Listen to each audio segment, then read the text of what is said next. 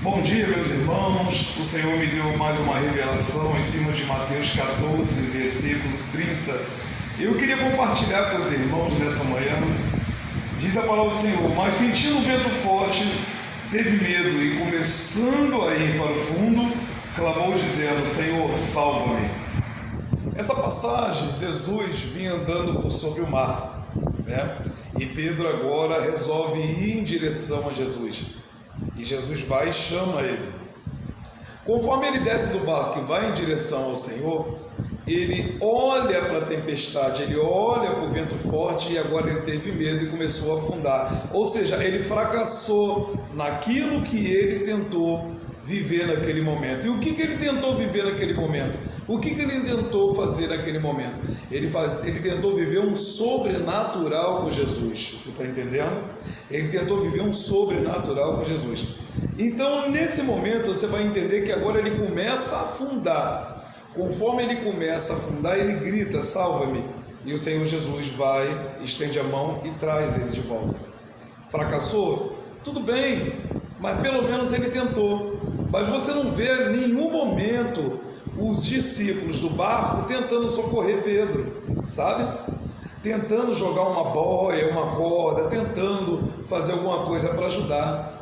Então você tem que entender o seguinte: muitas vezes você vai querer viver um sobrenatural com Deus, e lá na frente você vai passar uma situação que você pode até vir a estar em perigo ou não ter êxito, né? Fracassar, não é verdade? Assim, poxa, tipo, você quis viver algo diferente com Deus, mas não conseguiu.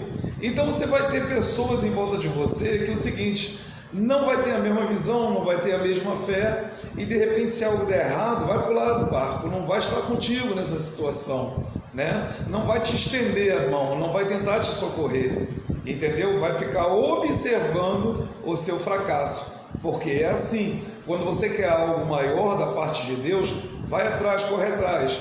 Se der certo, bem, amém, é bênção de Deus. Se não der, pelo menos é uma experiência. Foi o que o Pedro viveu. Pelo menos ele foi o único que pode dizer: eu andei sobre as águas, afundei, mas eu andei, tá? Então você vai observar até quando Davi vai levar, né, o pão para os irmãos, o alimento para os irmãos, e está aquele Golias lá desafiando.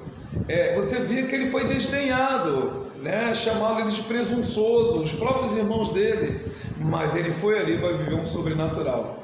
Ele foi ali para matar um gigante com uma pedra e mostrar: olha, nosso Deus é maior do que qualquer coisa. Então, irmãos, nessa manhã você entenda o seguinte, tá?